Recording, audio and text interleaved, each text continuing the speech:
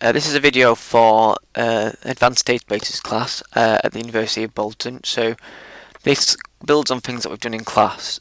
We're going to be using Wikipedia, or well, actually we're going to be using DBpedia, which is a database that takes this structured information on the right of articles in Wikipedia and turns it into linked data. Well, it stores it as a bunch of triples. So what I'm going to do is I'm going to use this information to create a visualization. Because the information in DBpedia is structured, you can ask it quite complex questions. So we're going to ask it, we're going to pick a genre, I'm going to pick punk rock, and I'm going to ask it to create, I'm going to create a visualization of punk rock bands and how they're related by the members that are in different bands. So here we can see that Fat Mike is in NoFX with Eric, with Melvin and Eric, but he's also in he's in other bands. He is in, what else is he in? Me First and the Gimme Gimmes, with Dave and Chris.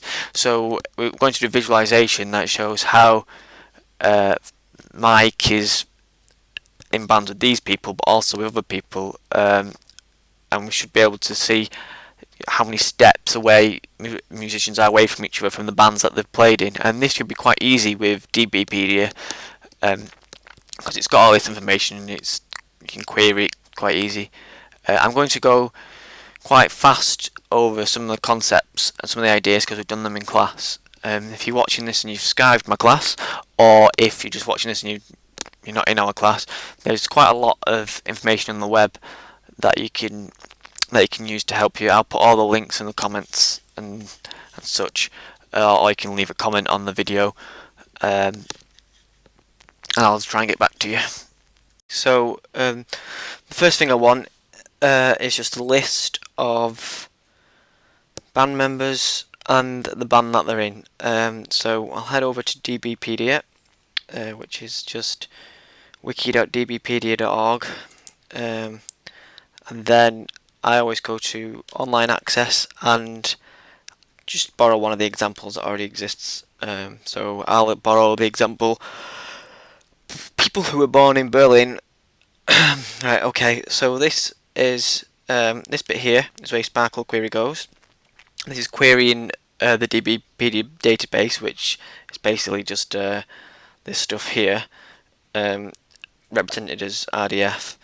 And this statement is currently selecting these three things, well, four things, variables. Down here, this bit is the query that's doing that for you. There's lots on the web on how to write Sparkle queries. Bolton students who've done it in class, so I'm not going to spend much time on this. Okay, so now we want to use Google Refine to import the JSON file. Where am I going, David? Okay, so now we want to use Google Refine to import the data that we got from DBpedia. David downloads.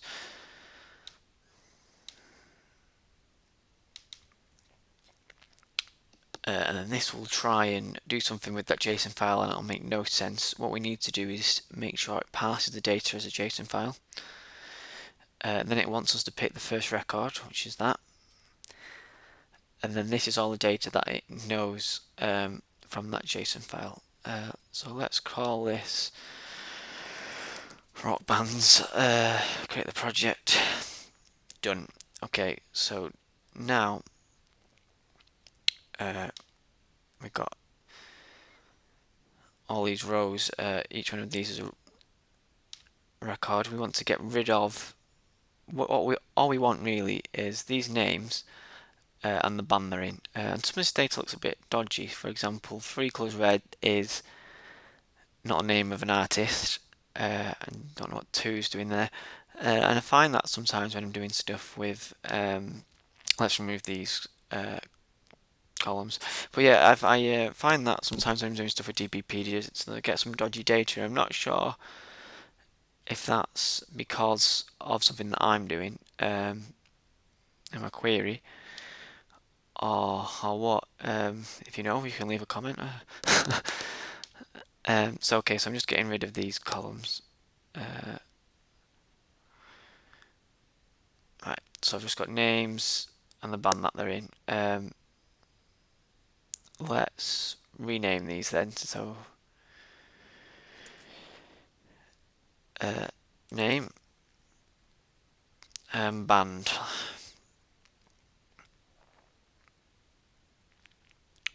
Edit columns, rename this column, band.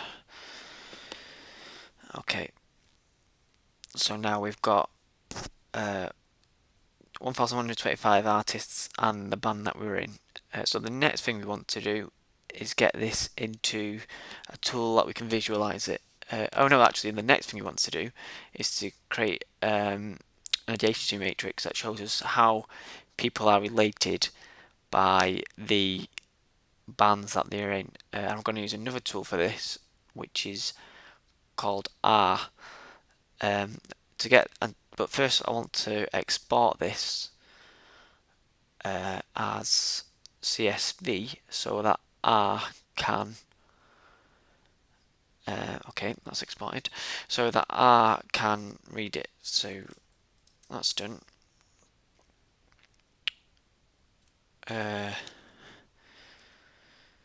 So I use a tool called R Studio. So you want to first you want to download this and open it, which is where you write your code. This is a script I wrote a long time ago. I'm not going to really go through it in much detail. I'll just show you what it does. I'll put it into the comments section of of YouTube, so you can copy and paste it and do it yourself. If you're in class, you've already gone through this once. You've already written it yourself. The other bits which you can just about see. You have like a workspace up here which shows you what's going on. We'll see that in action later on. Down here you have like an explorer, what packages are installed and stuff like that. Just this code that I wrote here does use a package called iGraph. You just have to go click packages and scroll down to iGraph and tick it. Where am I going? iGraph's up here, isn't it? I can't find it now. Either way, you just need to make sure that package is installed. iGraph. Just make sure that's ticked. Down here is your console, which shows output of as you do things. It'll tell you if there's an error and whatnot. Anyway, the first thing we do, I'll run this step by step. Is this bit here just reads the CSV file that we created in Google Analytics, and you can see it has appeared here now. And if you click it, you should recognise this. This is the name of the person. Although some of this data is a bit dodgy. Big D in the kids table is a band, not a person. And the name of the bands that they're in. So Brad is in Leftover Crack. Get rid of that now, just to give you an idea of what it does. The next few bits, if I run through here, creates a matrix which, now this, the last time I ran this, it really slowed my down, so I'm just going to go through this very quick and get rid of it. But basically we have names down here, names across here, and where there's a 1 it means they were in one band together. If there was a 2 they would have been in 2 bands together.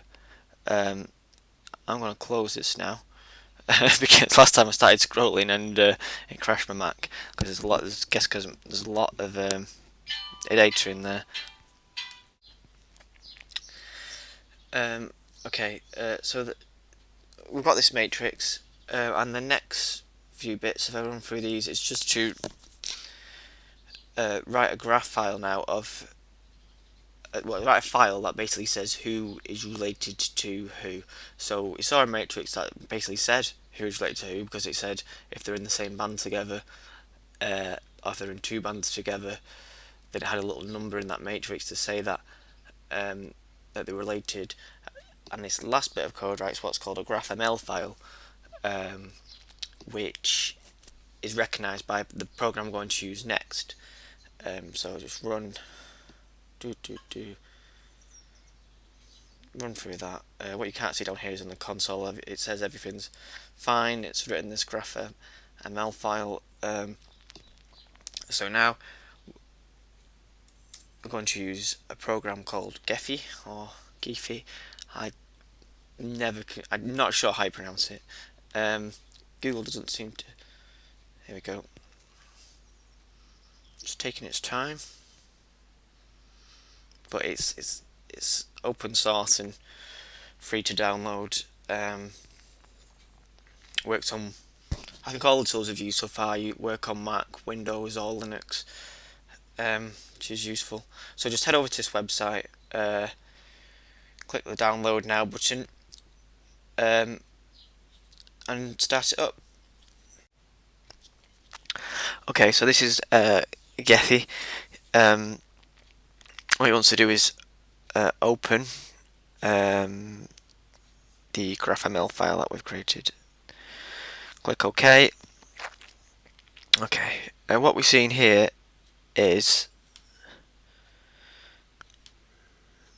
a bunch of circles, which are nodes, and each one of these represents a person, a musician in this case, and these lines are links between them, which is that they've been in a band together.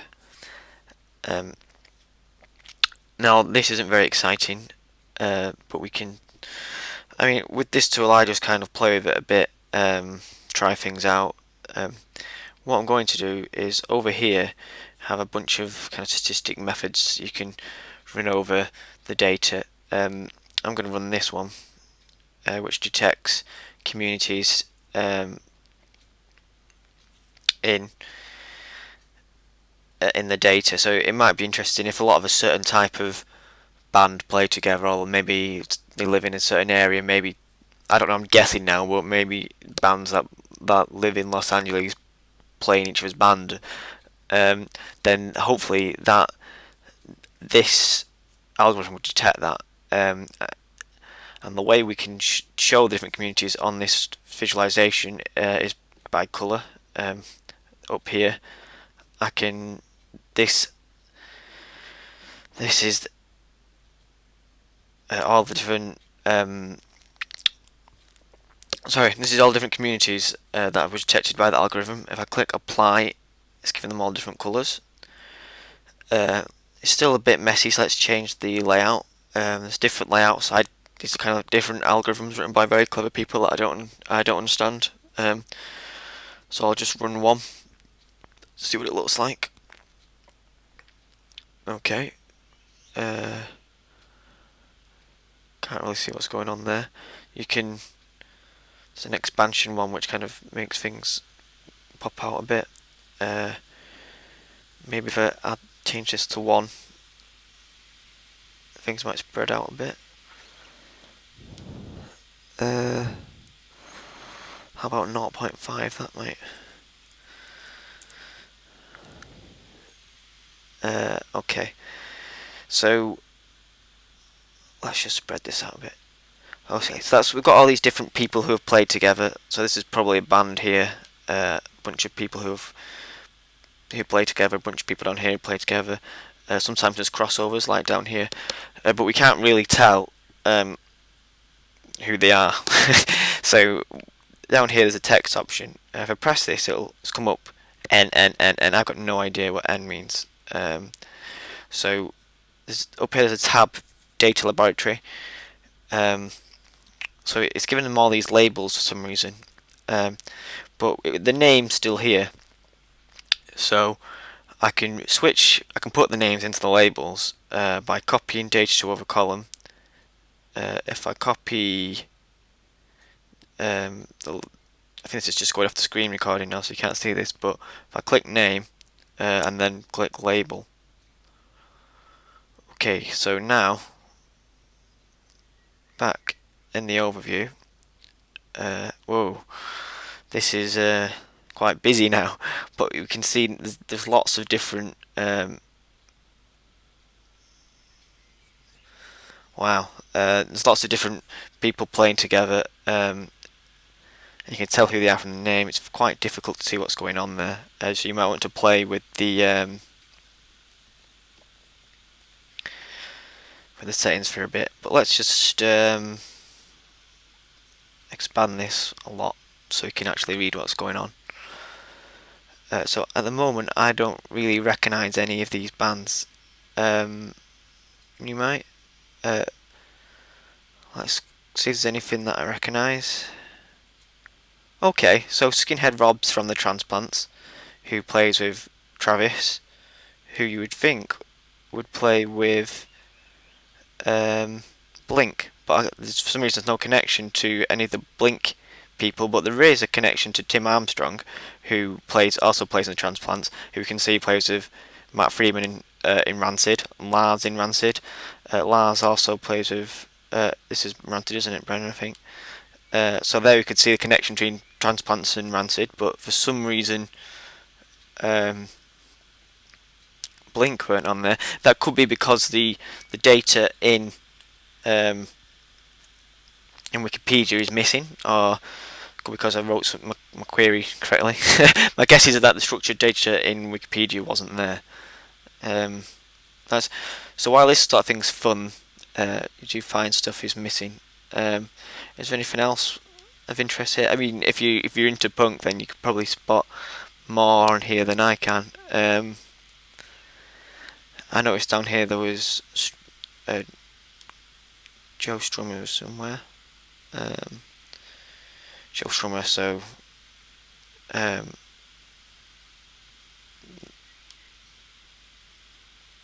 is there anyone else that I recognise?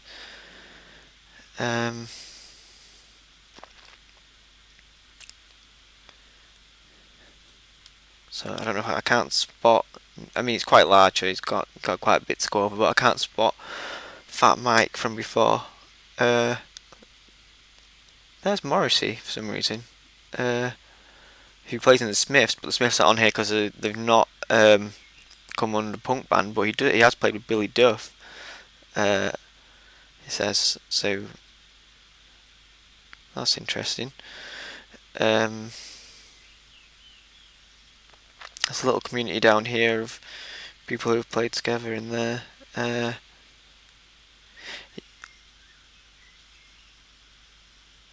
Iggy Pop. Is that Iggy Pop? Yeah. So, Iggy Pop and the Stooges. Did Iggy Pop not play with Black Flag at some time? Probably not, because it's not on here. You would have thought it would have been. Anyway, you get the idea. That's how you visualize link data.